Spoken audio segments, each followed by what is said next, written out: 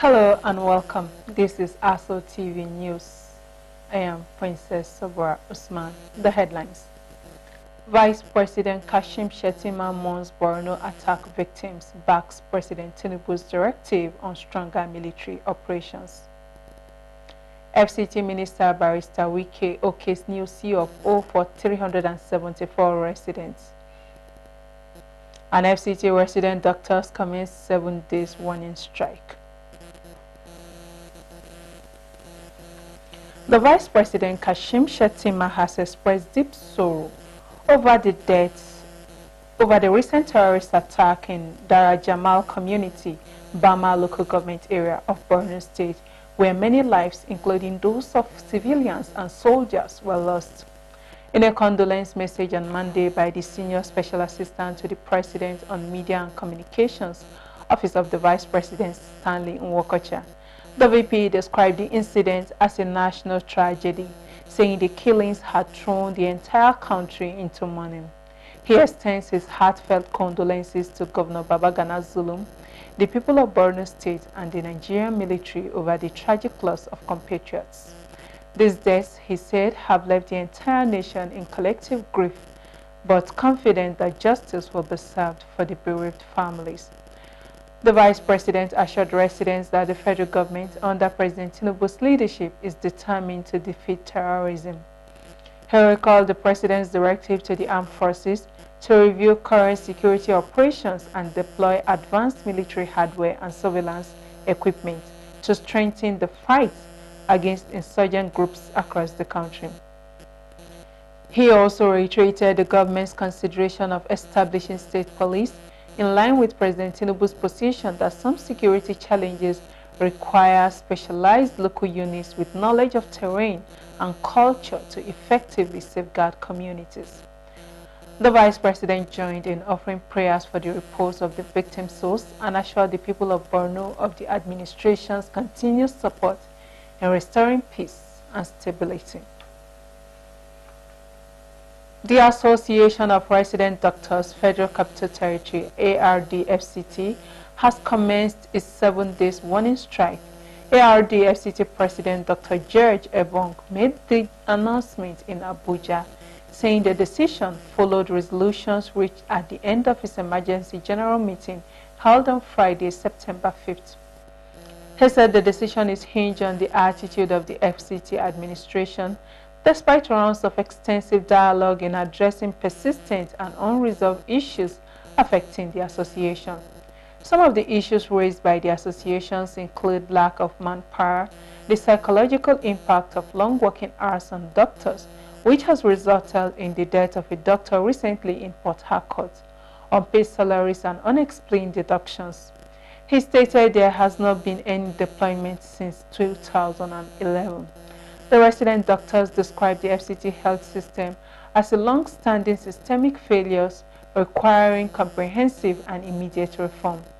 He stressed that doctors in FCTs are under immense pressure, frequently covering multiple departments. He called on the federal government to urgently address rising challenges in the health sector, warning that continued neglect could cause systemic collapse. Other demands include the poor working conditions, particularly the emergency and consulting rooms where a nurse was killed by snake bite in Abaji General Hospital. He said the FCT minister has been notified severally of the issues affecting doctors, but allegedly turned blind eye. He called on the FCT administration to declare state of emergency on the 14th district and general hospitals in FCT, adding that the 7-day warning strike will be uninterrupted. He warned that if after 7 days the issues raised are not resolved, the doctors will embark on an indefinite strike. The Minister of the Federal Capital Territory, Barrister Wike, on Sunday gave a note to the issuance of new statutory rights of occupancy and certificates of occupancy to 374 property owners across 15 streets in Abuja.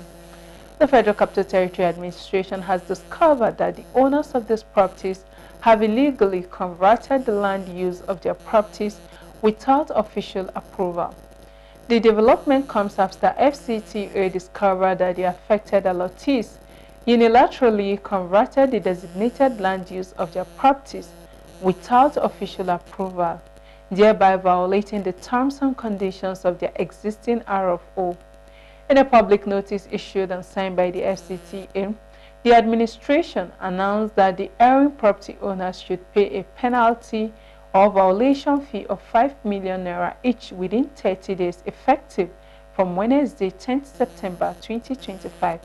The notice reads, "This is to notify the general public, particularly allottees or title holders of properties, that the Minister of the Federal Capital Territory, Barrister Nyesom Wike, has approved the review land use or purpose clause of properties on the underlisted streets or locations of the Federal Capital City: Ghana Street, Maitama District; Usoma Street, Maitama District; Yakubu Gowon Crescent, Asokoro District; Aminu Kano Crescent, Usetu District; Adetokunbo Ademola Crescent, Usetu District; Ladoke Akintola Boulevard, Garkitu District; Gimbia Street, Garkitu District; Onisha Street, Garkitu District; Obomosho Street, and in some parts of Garkiwon districts."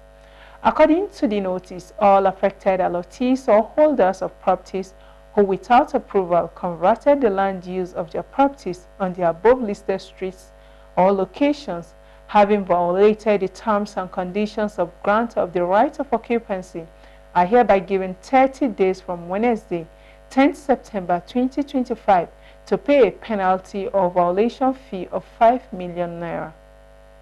The notice went further that the new exercise aims to correct widespread abuse of land allocation guidelines within the Abuja Federal Capital Territory, where properties originally designated for residential or commercial purposes were illegally converted to other uses.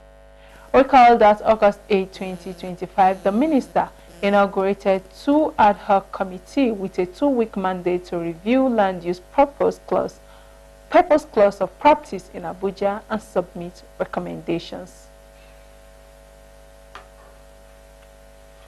The federal government has called on the National Union of Petroleum and Natural Gas Workers, NUPENG, to reconsider its decision to initiate a nationwide strike starting Monday, September 8, 2025.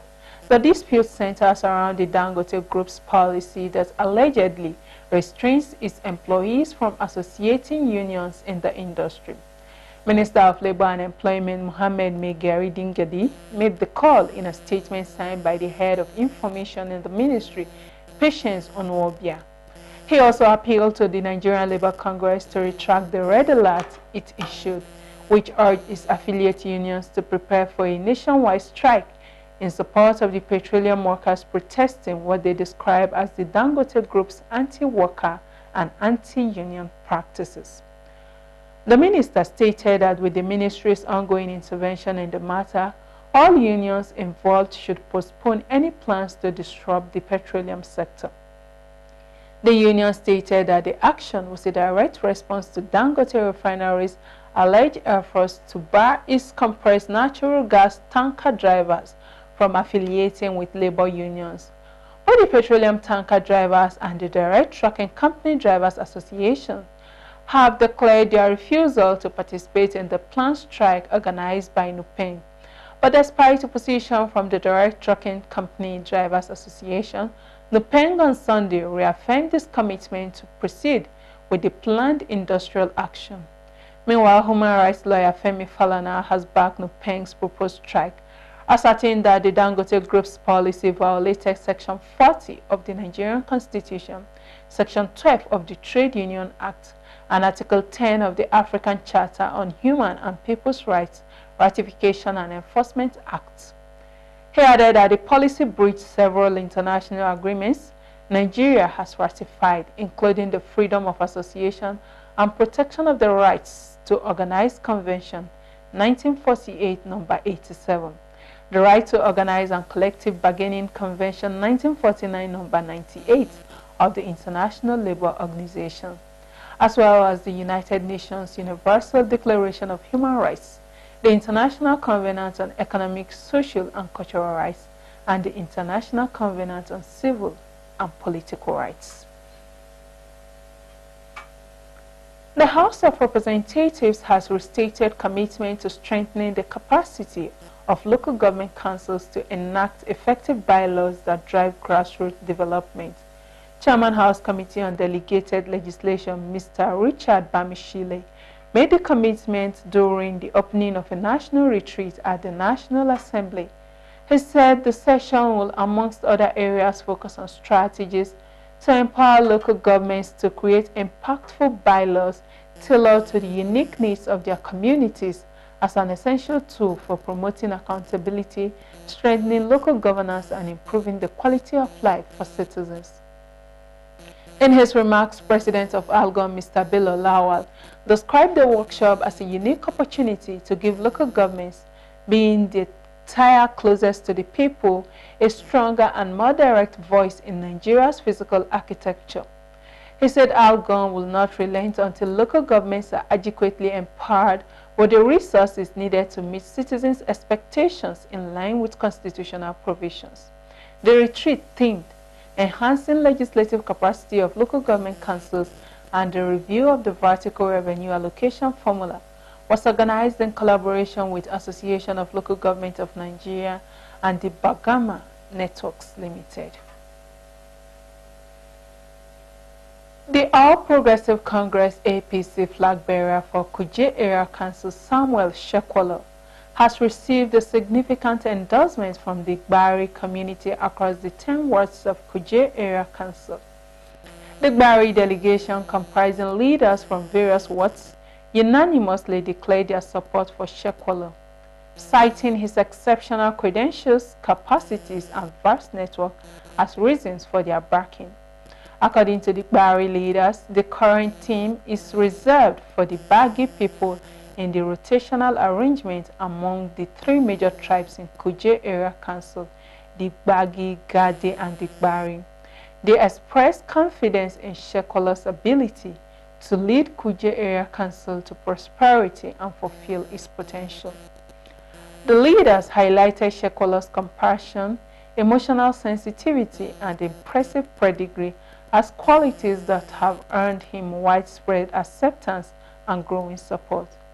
Mr. Samuel Shekwolo, grateful for the endorsement, thanked the Gbari leaders for their support and wished them a safe journey back to their communities. This endorsement is seen as a major boost to Shekwolo's APC campaign, solidifying his position as a strong contender for the Kuje Area Council chairmanship. The Nigerian Center for Disease Control and Prevention has called on Nigerians to remain calm amidst report of an Ebola virus disease outbreak in Kasai Province, the Democratic Republic of Congo. As of September 4th, health officials in DRC confirmed 28 suspected cases and 15 deaths, including 4 healthcare workers.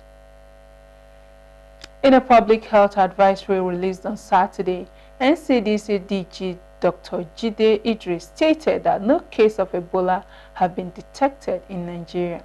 He, however, stated that the agency has activated tighter surveillance at airports and land borders, ramped up infection control measures in hospitals, and alerted its risk communication teams to fight misinformation. He said the strain behind the outbreak has an approved vaccine, Evobo, which is proven to protect against infection. Dr. Idris therefore advised Nigerians to wash their hands regularly, avoid physical contact with anyone showing suspicious symptoms, and cook all animal products thoroughly. Furthermore, the NCDC advised citizens to avoid but essential travel to countries with confirmed Ebola cases and urge those with recent travel history to affected areas who experience symptoms to promptly call the NCDC hotline at 6232 or their State Ministry of Health hotline for assessment and testing. You're watching ASO Television News. You can watch us live on DSTV channel 392, StarTimes TV channel 127, Free TV channel 507, UHF band on channel 38. And still to come on the news, CBN Governor Olayemi Cardoso pledges more support to stronger banking sector economic stability at EuroCan meeting. Stay with us for details of this and more after the break.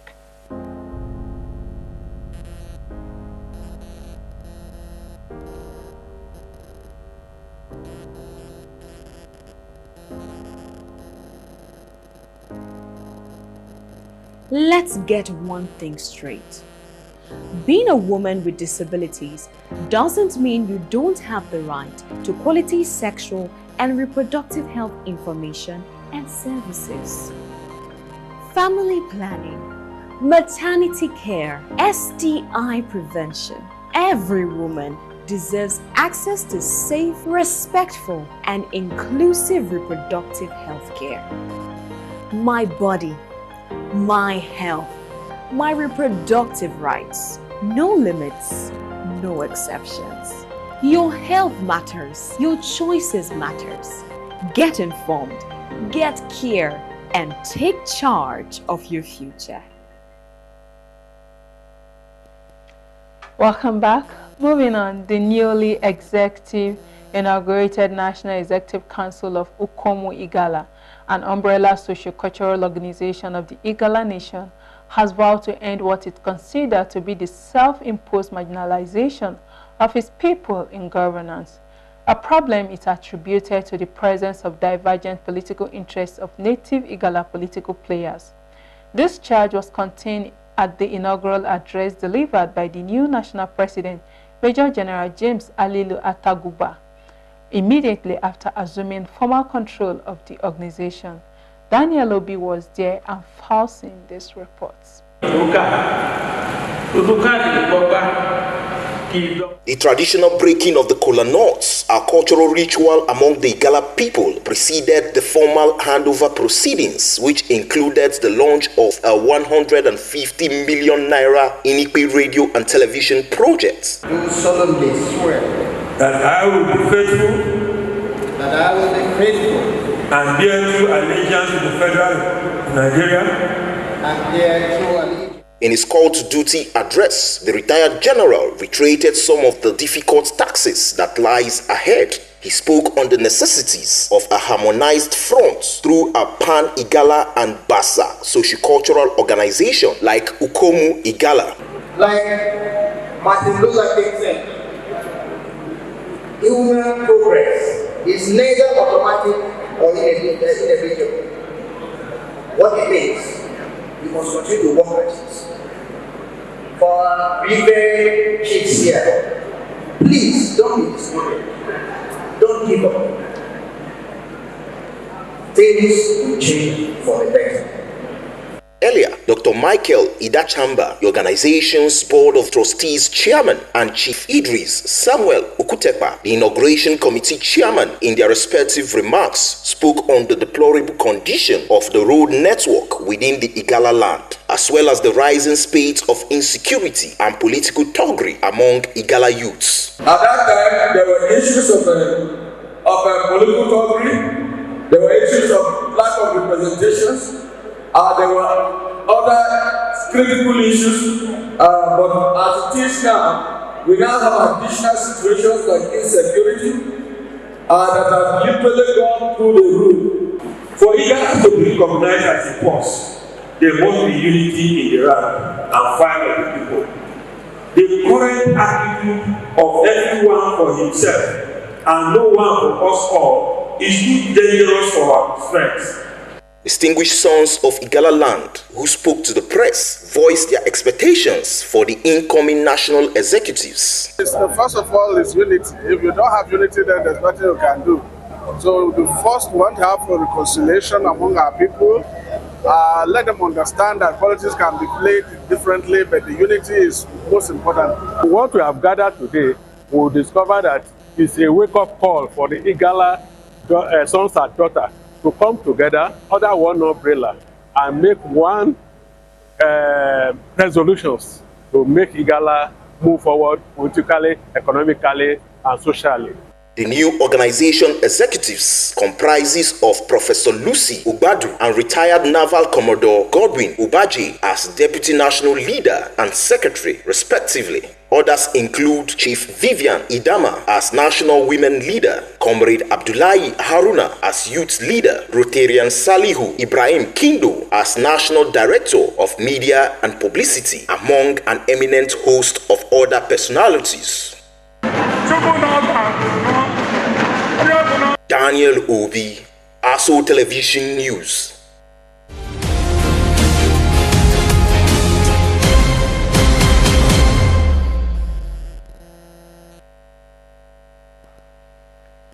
The federal government has approved $300 as Nigeria's official de minimis threshold, the value below which imported goods are exempted from payment of customs duties.